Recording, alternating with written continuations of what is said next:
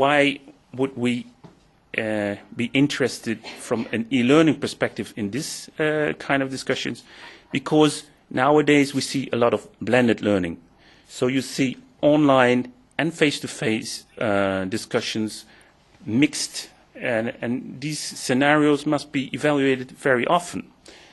And a problem is well formulated by France Henry. She said that if content analysis is to become a workable tool for educators who are not trained as scientists, progress must be made at the conceptual level, where methods must be further refined, but also at the technical level, where analytical tools must be made more user-friendly. And exactly these two problems we wanted to address. And we reviewed quite some coding schemes, and came out one which had a good grounding in theory, had some reporting of inter-rater reliability, and was an intermediate of interaction and content analysis. And we modified this to use for face-to-face analysis. And for this modification, we had to do three things. The unit of analysis, so the part you take from the text and you assign to a code or to a category, was originally a sentence, because the coding scheme, the TAT, was developed for online texts. But in face-to-face interaction, sentences are not always fully ended, or they merge with other sentences. And if you want to communicate what you want, or your message, or your expectations, you need more than one sentence.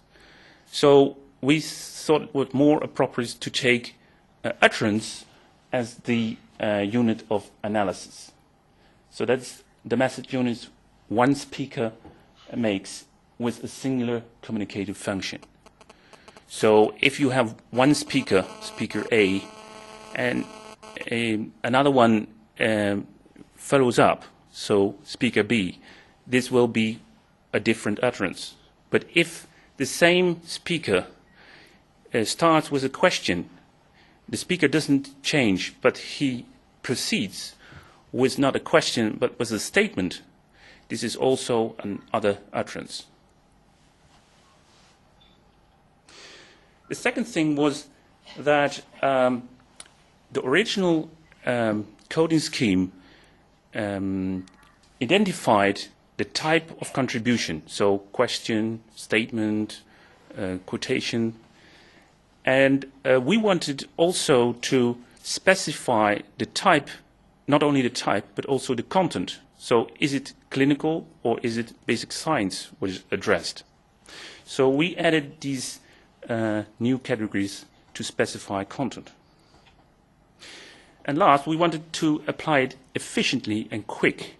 So we took the coding scheme and we imported it in a software program which is specially made for more automatic analysis of observational data. And this was Observer XT.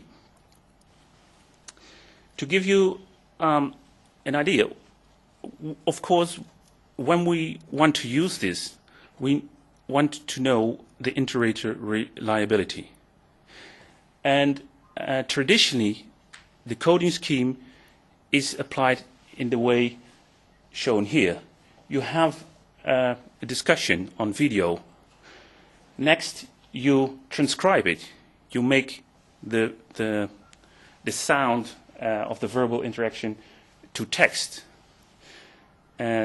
Then you have this text, and you have to segment it to make the different utterances. And when you segment it, every segment, every utterance has to be assigned to a code of the coding scheme. So this modified coding scheme we applied in this way, but also in the new approach, entered it in a video program. You start the video, And when you hear, how do you call it, this speaker's act, you say, okay, I hear somebody say something, this is a question, and you push on the button question. You get here, question, and this is labeled, so 46 seconds after the start of the video, there was a question.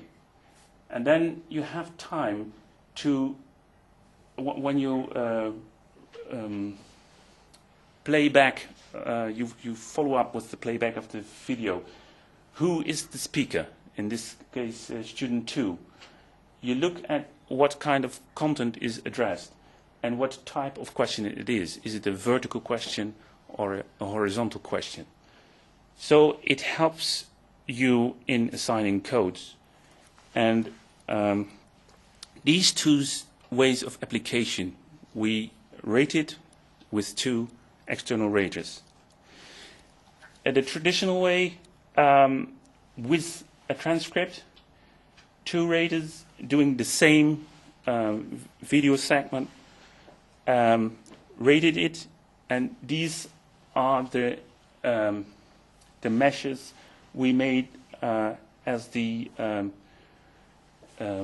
inter-rater coefficient, the kappa, and it was 0.67, and it was a bit less when it was the content was differentiated in physiology or clinical.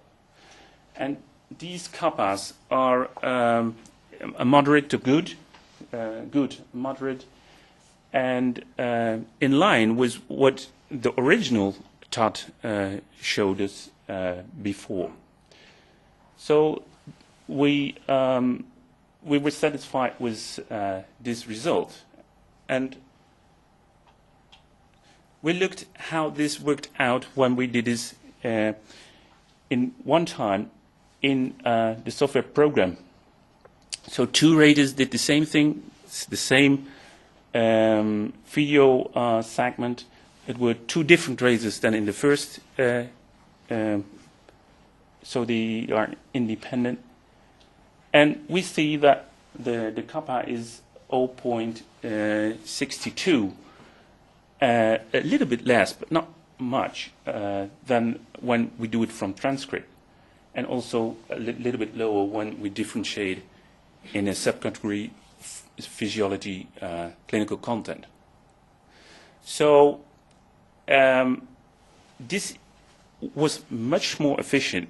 It took less than half the time than using a transcript. And the result gave more possibilities to get an overview of the discussion.